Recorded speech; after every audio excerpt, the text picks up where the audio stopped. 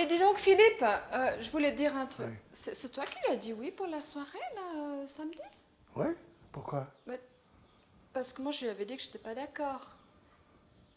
Ben, ça, je ne savais pas. Ah, ouais, il fait toujours comme ça, tu vois. Il me demande, après il demande à toi, et puis parce que il a un examen vachement important lundi matin, tu sais. Et puis, donc déjà, je lui ai dit, ok, bah, dimanche après-midi, il veut sortir avec son copain, là, tu sais, ils vont à la piscine et tout. Alors, s'il sort samedi soir, ça va pas, cette histoire. Non, mais ça Parce va, je ne savais qu'après, pas tout ça. mais pourquoi tu lui as dit oui, enfin, Ben, je lui tu ai dit, savais pas, mais je veux dire, je comment lui ai ça dit s'est oui passé? parce que d'abord, je lui ai donné une heure de rentrée qui me paraît Ouais. raisonnable, c'est minuit. À minuit, ouais, bon, Et d'accord, mais... puis, il a accepté ça. Puis moi, je suis toujours celui qui dit non, je suis toujours celui qui est intransigeant. Et puis, Ouais, mais voilà, de temps il en est temps, il faut malin. aussi... Ouais, ouais. ouais, il est malin. Il Tu est veux que je te malin parce dise? qu'on avait bien discuté ensemble, c'était non, et puis après il va chercher derrière avec toi, puis il dit pas, tu vois, puis maintenant on fait comment? Moi ça m'embête cette histoire. Alors, dans cette séquence, on se trouve face à une situation tout à fait intéressante. La mère a dit quelque chose, le père a dit autre chose, le fils en a profité pour se faufiler. Rien de très spécial, de bonne guerre, c'est un âge où, à tous âges d'ailleurs, si on peut obtenir quelque chose par un biais ou par un autre, des fois on le fait. Mais en même temps, ça met les parents dans une situation difficile parce que la mère, elle vient vers le père, elle lui dit, mais attends, mais t'as fait quoi?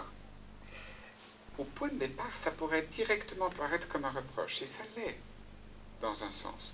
Mais c'est un reproche, si vous remarquez, dès le début, relativement peu agressif.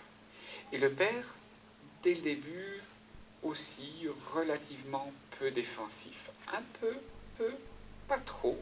Ce qui fait que ça ne s'envenime pas. Ils réfléchissent. Étonnamment, au lieu de je dirais, de s'agresser mutuellement ou de se défendre mutuellement et de se justifier l'un l'autre et je sais pas, de se rendre l'un l'autre responsable du dysfonctionnement, ils s'aperçoivent que bon, bah, c'est le fils qui a bien joué son jeu, qui a bien su quoi faire de la situation, et ils se mettent à réfléchir ensemble. On se trouve là donc face à un climat relationnel entre les parents qui est tel qu'ils peuvent vraiment discuter et réfléchir ensemble. Et au fond, c'est important de repérer à quel point le climat relationnel, cette sorte de confiance et d'ouverture, puisque chacun exprime sa version, sa perception, sa sensation, et chacun écoute ce que dit l'autre, le questionne, sans l'accuser, sans se défendre. Ce climat relationnel produit une discussion qu'on pourrait carrément appeler une discussion constructive. Ouais, mais toi, on ne peut pas revenir en arrière une fois que... Et puis t'as dit ce qu'il faisait samedi Non, soir? non, il m'a pas dit. Je ne vais pas demander Tu d'ailleurs. n'as pas demandé? Non, Ouais. Tu sais pas avec qui il va, où il va, non, je tout ça? ne vais pas demander. Ouais. Je vais pas demander parce que je trouve qu'à 15 ans, on peut aussi, de temps en temps, donner une autorisation sans montrer tous les passeports. Ouais, Tu ouais. vois? Ouais, bon, ils sont malins à cet âge-là. Enfin, ouais, c'est pas la première fois qu'il nous fait le truc, hein, de toute façon. Ouais, Je veux mais dire que... bon, je suis désolé, hein, j'ai dit Ouais. oui. Ouais, c'est vrai que sans savoir ce qu'il allait faire. Bon, qu'est-ce qu'on fait maintenant, alors, je sais pas. Toi, ça te gêne qu'on ne sache pas où, t'aimerais savoir où il va? Non, c'était pas tellement ça au départ, tu vois, c'était surtout l'histoire bah, il a cet examen, c'est important pour ses études et tout. Moi, je sais pas quand il va bosser après, parce qu'il va être naze, quoi. Il va être fatigué, enfin, je veux dire. Ouais, bon, qu'est-ce qu'il faut qu'on fasse? Qu'on rediscute avec lui? Moi, j'aime pas revenir sur un truc que j'ai dit. Hein. Ça, t'es d'accord? Ouais, mais il nous a un peu piégés, hein, dans l'histoire, je trouve Ouais. quand même. Mais alors, Tu vois? ouais.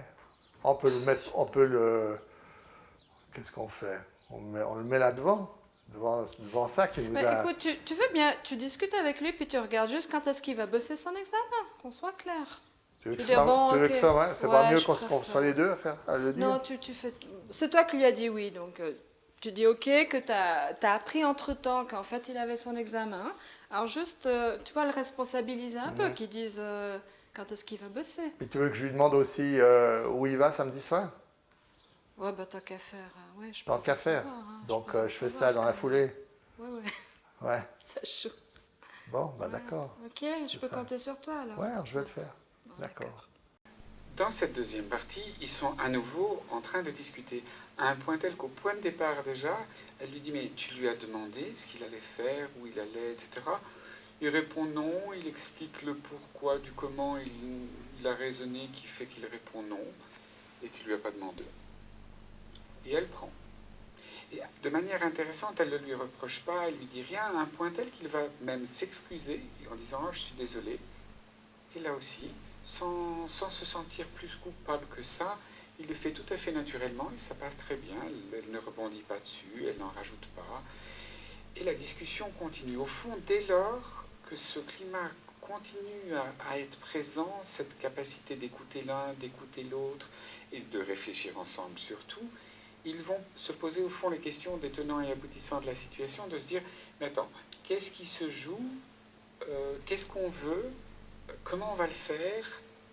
Et finalement, si on regarde bien, ils réfléchissent à un tel point ensemble qu'ils décortiquent l'accord, qu'ils passent ensemble pour ne pas se retrouver à nouveau dans une sorte de stratégie pas clarifiée ou pas commune.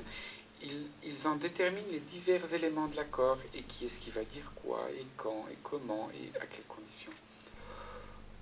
À la fin de cette discussion, en principe, entre eux, la chose est réglée, ne laissera pas de non terminé, de non dit, ne laissera pas d'arrière-goût. L'enfant aura été pris en compte. Au fond, c'est des situations telles qu'on les aimerait bien de temps en temps, ou plus souvent dans nos couples respectifs. Qu'est-ce que vous en pensez ?